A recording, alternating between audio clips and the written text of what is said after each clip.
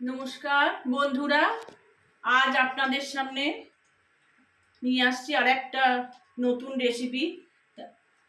আর সেটা সুতাপার ইউনিক হেসেল।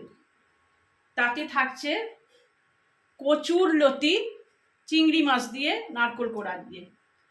আপনারা দেখুন কিভাবে করি। ছাড়িয়ে সেদ্ধ করা এই যে কচুর লতি সেদ্ধ হয়ে গেছে, জল ঝরানো। এই যে নারকোল কোড়া, এটা এক বাটি নারকোল কোড়া, এটা হচ্ছে একটা নারকেলের অর্ধেক নারকোল। আর এই হচ্ছে দুটো আঁটি কচুর লতি। আর এই চিংড়ি মাছটাও ভেজে রেখেছি, এটা 500 চিংড়ি মাছ। তেল হয়ে গেছে, তেল কড়াই দিয়েছি।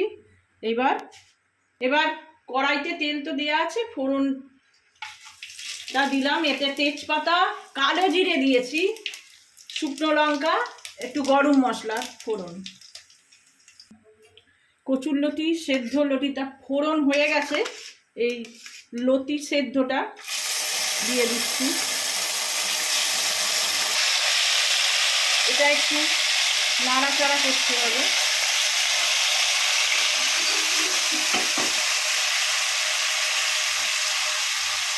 যে নারকোল কোড়া আছে হাফ মালা, ওটা দিয়ে দিলাম। দিয়েও একটু নাড়াচাড়া করতে হবে।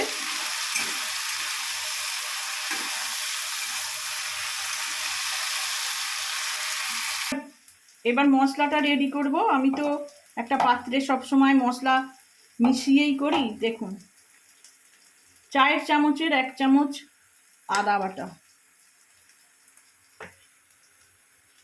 চায়ের চামচের হাফ চামচ কাঁচা লঙ্কা বাটা,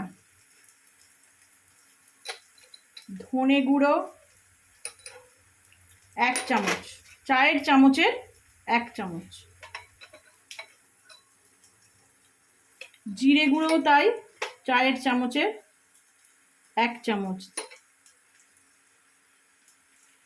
হলুদ গুঁড়ো আন্দাজ মতো, বেশি হলুদ এটাই লাগে না, কাশ্মীরি লাল লঙ্কার গুঁড়ো ওই আন্দাজ মতো, নুনও দেবেন, যে যেরকম খান সেই মতো নুন দেবেন।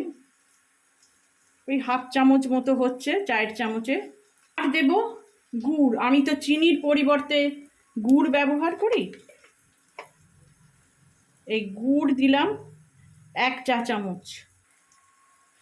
এই যে মশলাটা আমি একটা পাত্রে সব সময় মিশিয়ে নিই। যে কোনো রান্নাতে মশলা যদি এই রকমভাবে মশলাটা সমস্ত মশলা উপকরণগুলো দিয়ে এইভাবে মিশিয়ে নেওয়া হয়, এতে খুব ভালো রান্নাটা হয়, সে যায়, কোথাও নুন বা চিনি কম বেশি হয় না। দেব কড়াইতে পুরো মশলা, একটু নেড়ে, মশলা যেহেতু দেওয়া হয়েছে, এবার একটু মশলাটা মিশিয়ে নাড়াচাড়া করে, খুব বেশিক্ষণ হতে লাগে না, মিনিট 5 মতো রাখলে পরে। আর এই যে চিংড়ি মাছটা আছে, চিংড়ি মাছটা, পুরো চিংড়ি মাছটা দিয়ে দেবো এর সঙ্গে। এটা দিয়ে নাড়াচাড়া করব।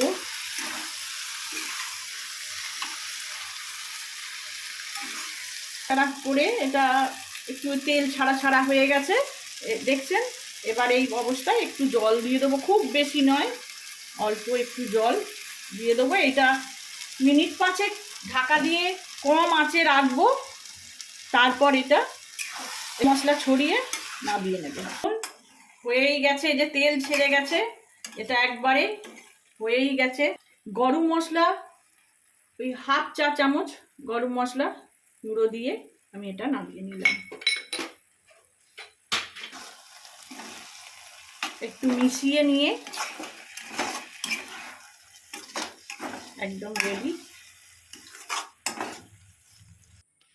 একদম রেডি। দেখুন খাবার অবস্থায়, এতে একদম গরম গরম 1 থালা ভাত উঠে যাবে। আপনারা করবেন, কমেন্ট করে জানাবেন কেমন হলো, কেমন খেলেন। আর প্রত্যেকেই দেখবেন, দেখার অনুরোধ রইল। লাইক, কমেন্ট, শেয়ার করবেন। নমস্কার, এরপরে ভিডিওয় আবার আসবো।